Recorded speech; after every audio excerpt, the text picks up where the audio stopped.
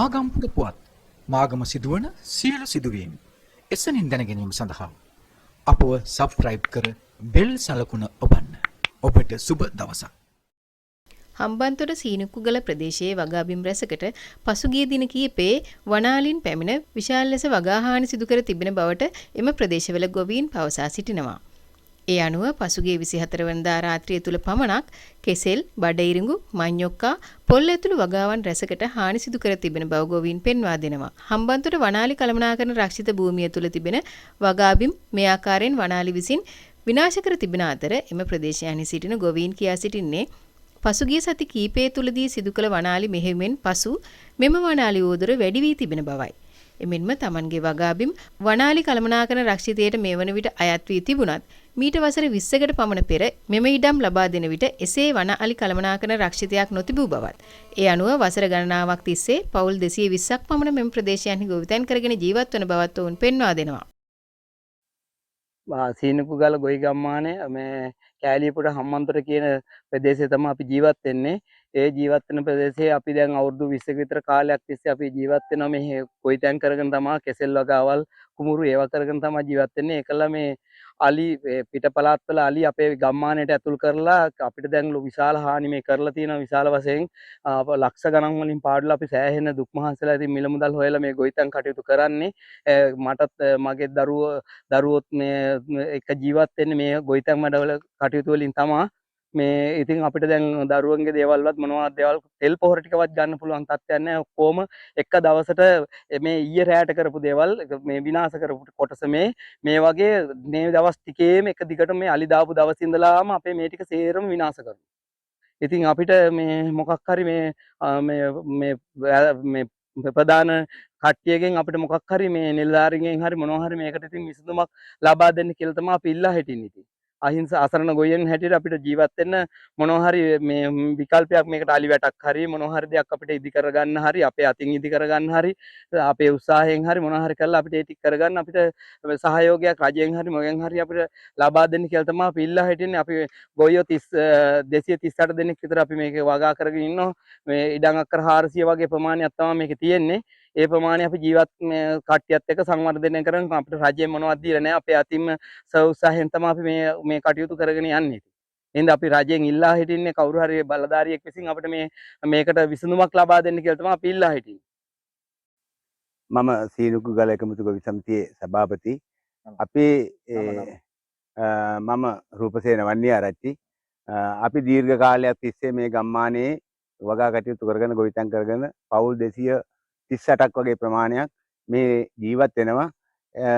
ගත වූ කාලය තුල අපි වනසතුන් එක්ක ඉතාම සුහදව තමයි වගා කටයුතු කරේ.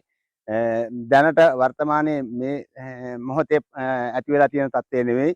මීට වඩා ඉතාමත්ම ඒ සතුනුත් අපිත් වගා කටයුතු අපේ වගාවලුත් ආරක්ෂා කරගෙන සතුනුත් ආරක්ෂා වෙලා මේ ප්‍රදේශයේ ගොවිතැන් කරගෙන හිටියේ. එතකොට මේ වෙනකොට අපි මේ ප්‍රදේශයේ වගා කටයුතු කරගෙන ඉන්න වෙලා දශක දෙකකට වඩා වැඩි කාලයක් ගෙවිලා ගියා. එතකොට මේ ප්‍රදේශයේ කිසිම අර්බුදයක් ප්‍රශ්නයක් ගැටලුවක් තිබුණේ නැහැ. ඉතාමත්ම හොඳින් මිනිසුන්ගේ දෑතේ වීරියෙන් ඉතාමත්ම ශක්තිකව වගා කටයුතු කරගෙන හොඳම සංවර්ධනයක් කරගෙන ඉන්න ප්‍රදේශයක්. 2021 අප්‍රේල් මාසේ 21 වෙනිදාන් පස්සේ මේ ප්‍රදේශය වනාලි කළමනාකරන භූමියට පත් කරලා තියෙනවා. එතකොට අපි මේ ප්‍රදේශයේ ජීවත් වෙන බව හොඳටම දන්නවා. මේ ප්‍රදේශයේ ස්ථීර පදිංචි පවුල් 75ක් විතර වගේ පදිංචිය දරනවා. ඒගොල්ලෝ ගෘහමූලිකේ තියෙනවා. ගෘහමූලිකේ නැති පවුල් තියෙනවා. ඒ වගේ අර්ධ නිවාස හදාගෙන ජීවත් වෙන පවුල් ඉන්නවා.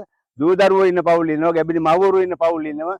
ඉතින් මෙවැනි ගම්මානයක් අද වනාලි කළමනාකරන ප්‍රදේශයට ඇතුල් කරලා තියෙනවා. මිනිස්සුන්ගේ ජන ජීවිතයත් වනසතුන්ගේ ජන ජීවිතයත් දෙකම හානියකටපත් වෙන තිබුණට වඩා අර්බුද ගැටුමක් ඇති වෙන තත්යකටපත් කරලා තියෙනවා. ඉතින් අපි මේ බලධාරීගෙන් ඉල්ලා හිටනවා ඕගොල්ලෝගේ අවධානය මේ පැත්තට යොමු කරන්න. අලි කළමනාකරන භූමියෙන් මේ ප්‍රදේශය වෙන් කරන්න. මොකද මේ අපි අලි කළමනාකරන භූමියට ගියා නෙවෙයි අලි කළමනාකරන පනත අරගෙන අපේ ඇඟට දැම්මා. ඒක නිසා අපි මෙතන හිර වෙලා තියෙනවා. ඒ නිසා මම ඉතාමත්ම ආදරෙන් ගෞරවයෙන් ඉල්ලනවා මේ මිනිස්සු ගැන අනුකම්පාවෙන් සහගතව බලලා මේකට පැහැදිලි විසඳුමක් ලබා දෙන්න කියන කාරුණික ඉල්ලීම රජයේ වගකීම් මා ඉල්ලා හිටිනවා. අලි වැඩි වෙන්න ප්‍රධානම හේතුවනේ පිට පළාත් වලින් අලි මේ සති දෙකකට විතර කලින් ඉඳලා මේ ප්‍රදේශයට අලිගාල් කරලා තියෙනවා. මේ අවට තියෙන වන අලි කළමනාකරණ භූමියට වෙන්ගෙච්ච ඝන කැලෑව. ඒ කැලෑ භූමියේ තමයි මේ අලි ගෙනල්ලා දාලා තියෙන්නේ. නමුත් මේ කැලෑ භූමියේ එහා පැත්ත ගත්තන් පස්සේ අක්කර 2000ක් විතර වෙන් කරලා තියෙනවා සූර්ය බලාගාර වලට. එතකොට සූර්ය බලාගාර වලට ඒගොල්ලෝ වෙන් කරගත්තා. මේ අහිංසක මිනිස්සු ජීවත් වෙච්ච ගම්මාන එහෙමම දැම්ම මේ වනාලි කළමනාකරණ භූමියට. ඒක තමයි විශාලම අසාධාරණ කලේ. මේක පෞගිය කාලේ මේවට තීන්දුව తీරන ගත්ත යම් රාජ්‍ය නිලධාරී එතකොට ඒ රජේ මැති ඇමතුරු මේවට වග කියන්න ඕන. මේ ජීවිත විනාශ වුණොත් ඒකටත් වග කියන්න ඕනේ ඒගොල්ලෝ. මේ වර්තමාන රජයේ පිටම මේක මේ බරපතල එක මේ සාධාරණ නෑ කියලා අපි පිළිගන්නවා. නමුත් මේකට සාධාරණ විසඳුමක් අපි මේ රජයෙන් බලාපොරොත්තු වෙනවා.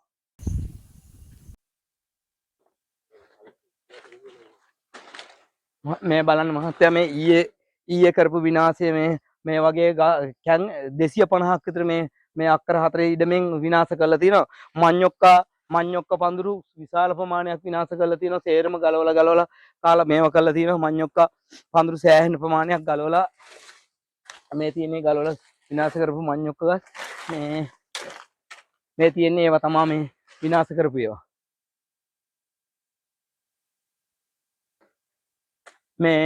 මේ බලන්න මේ මඤ්ඤොක්ක තව මේ අල බහින්න ගොඩක් තියෙන ඒවා තියෙනවා. බාගෙට ලාවට මේ වෙච්ච යන්තම් මේ වෙච්ච ඒවා තියෙනවා. මේ පැහිච්ච ඒවා තියෙනවා. සේරම ගලවලා ඔක්කොම විනාශ කළා. මේ අක්කරයක විතර ප්‍රමාණයක් මඤ්ඤොක්ක සම්පූර්ණයෙන්ම ගලවලා විනාශ කළා. මේ කෙහෙල් ගස් අර පොඩි පී දෙන්න තියෙන පොඩි කෙහෙල් ගස් ඒ දේවල් සේරම මේ බින්දලා දාලා මේ අර තියෙන අර මේ මඤ්ඤොක්ක තමයි මේ තියෙන්නේ ඒවා මේ පොඩි මහා මේ පොඩි පැල මේ තියෙන කෙහෙල් පැල මේ පී දෙන්න තියෙන ඒවා මේ ඔක්කොම මේ වගේ සේරම බින්දලා දාලා සේරම ගොබ සේරම බින්දලා දාලා තියන්නේ ආයේ මේ වගාවෙන් ඉතින් ප්‍රතිඵලයක් ගන්න බෑ.